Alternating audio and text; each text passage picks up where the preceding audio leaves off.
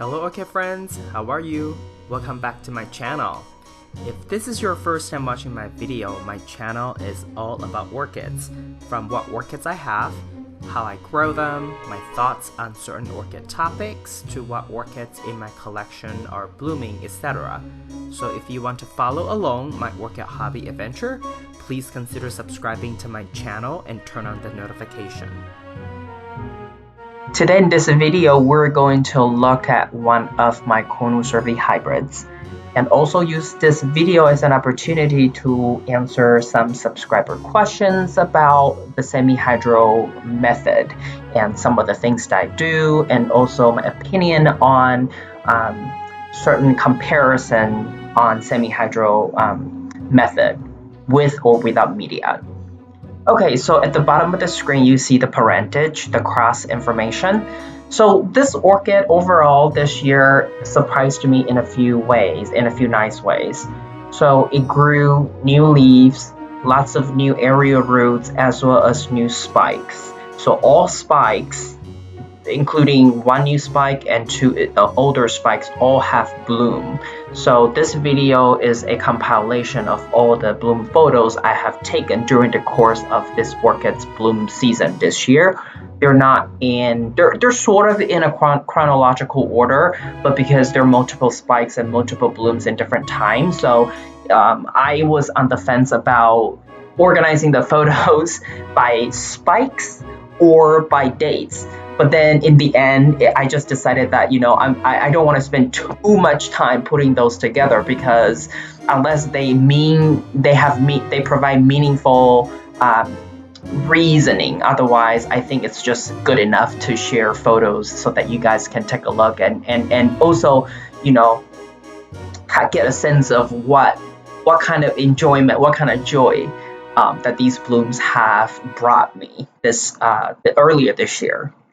Anyway, so this particular orchid, the one on the right, I've had it for about 2 years, I think. And ever since I got this orchid, I've always used the SemiHydro method. And this orchid really likes it. This one was not, it actually never had any adjustment issue. It just took off right away. And during the course of 2 years, it has produced a lot of serious, crazy area roots, which you'll see in a video clip toward later of the video portion. And the care that I've provided to this particular orchid is quarter strength fertilizer every single time. But then there's always one time a month that I would only use clear water, nothing else, just water, to soak the entire media and then drain out the water. So this orchid is grown in SemiHydro, so in a way it saves me a lot of time because there is a reservoir at the bottom. And because my environment can get pretty dry at times, so having that extra reservoir or extra water in the reservoir allows me to not have to worry about this orchid being dehydrated. This orchid is a sequential bloomer, so that means if the flower spikes are green, you don't want to cut it, even if all the flowers are gone, because it may potentially be green until next blooming season to continue to grow longer and produce more flower buds.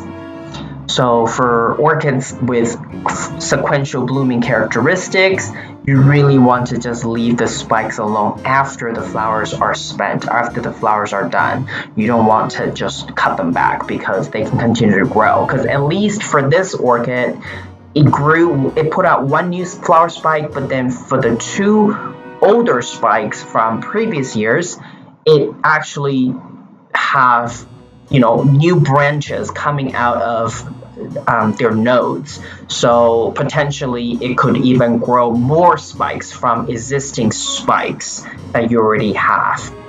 So this orchid overall is doing really well, even though it doesn't have too many leaves. I think it has a healthy amount of leaves, but it's not as big And I think it has to do with its age, because I think this orchid is still a pretty young plant. Because when I first got it, it didn't have any spike. It was a young plant to begin with, and then during the course of 2 years, it grew some leaves, lots of roots, but then also a total of 3 main spikes. I mean, you can see some little spike branches coming out from existing spikes nodes, but primarily, I consider this orchid has 3 main spikes. Now let's answer some questions from my subscribers. The first question is, for Oncidium type orchid, can I use SemiHydro as a method to grow? The answer is yes. But then the reason for that is because Oncidium orchids have skinnier roots. So if you only use just pure water culture method without any media, you do have to pay a lot more attention about the water you're providing, whether there is any water always present, any kind of moisture within the cup, or you just have to provide an environment, a greenhouse with higher humidity. Otherwise, the skinny roots really have a higher chance of just, drying out.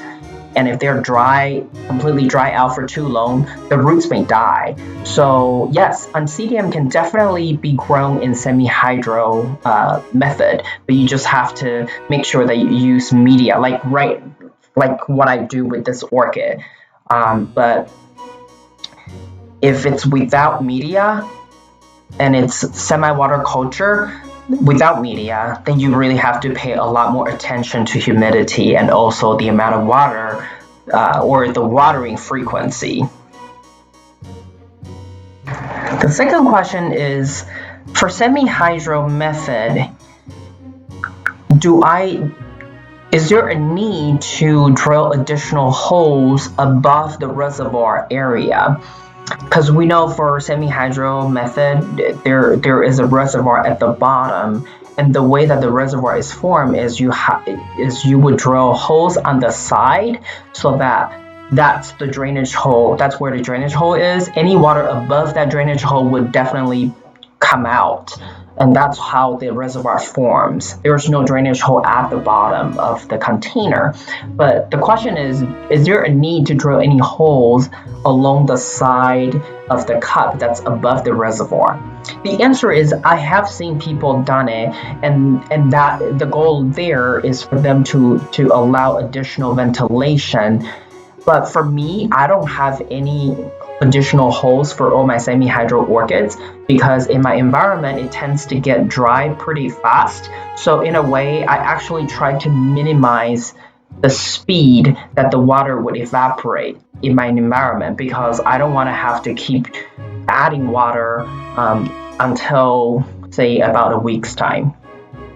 So that's my answer. You could do it, but you have to look at your environment to see whether you can provide, whether your environment is really well ventilated, or maybe because your environment is already pretty humid, so you want to make sure that there is extra ventilation, so that your humid environment is not adding additional humidity around the cup, or maybe your environment is so humid that you actually just need extra ventilation, so that the wet-dry cycle inside the container can complete faster. So you kind of have to look at your environment to understand, to make that judgment call. But I've seen people done it, and the answer is yes. But you have to take your environment factors into consideration.